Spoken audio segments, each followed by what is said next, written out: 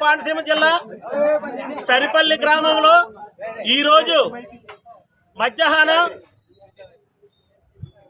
BVC engineering కళాశాల bus steering rod ఇరిగిపోయి 6 విద్యార్థులు తోటి ఉన్నటువంటి బస్సు పంట కాలువలో పడింది. ప్రమాదవశత్తు విద్యార్థులకు ఎవరికి ఏమీ కాలేదు. కానీ ఇక్కడ గమనించాల్సిన విషయం ఏంటంటే వాతావరణ శాఖ హెచ్చరికల్ని జిల్లా కలెక్టర్ మహేష్ గారు ప్రైవేట్ పబ్లిక్ స్కూల్ ఏ కాలేజీ కూడా ఏ స్కూల్ కూడా నిర్వహించొద్దని అధికారులకు స్పష్టమైనటువంటి నిర్దేశాలు జారీ చేస్తే మరి బీవీసీ యాజమాన్యం అక్రమంగా దొంగచాటుగా విద్యార్థులకి ఇవాళ క్లాసులు నిర్వహించింది.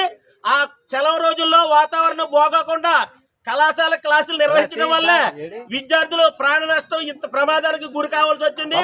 కాబట్టి ప్రైవేట్ కళాశాలలో ప్రతి బస్ కి ఫిట్నెస్ నిర్వహించాలని ఆర్టీఓ అధికారులని డిమాండ్ చేస్తా ఉన్నాం. సెలవు రోజుల్లో కలెక్టర్ ఆదేశాలు పేజీ చేయనటువంటి బీవీసీ యాజమాన్యంపై తగు చర్య తీసుకోవాలని డిమాండ్ చేస్తా ఉన్నాం. పొలమూరి మోహన్ బాబు, బీఎస్పీ అమలాపురం నియోజకవర్గ ఇన్ఛార్జ్. జై భీమ్, జై భారత్.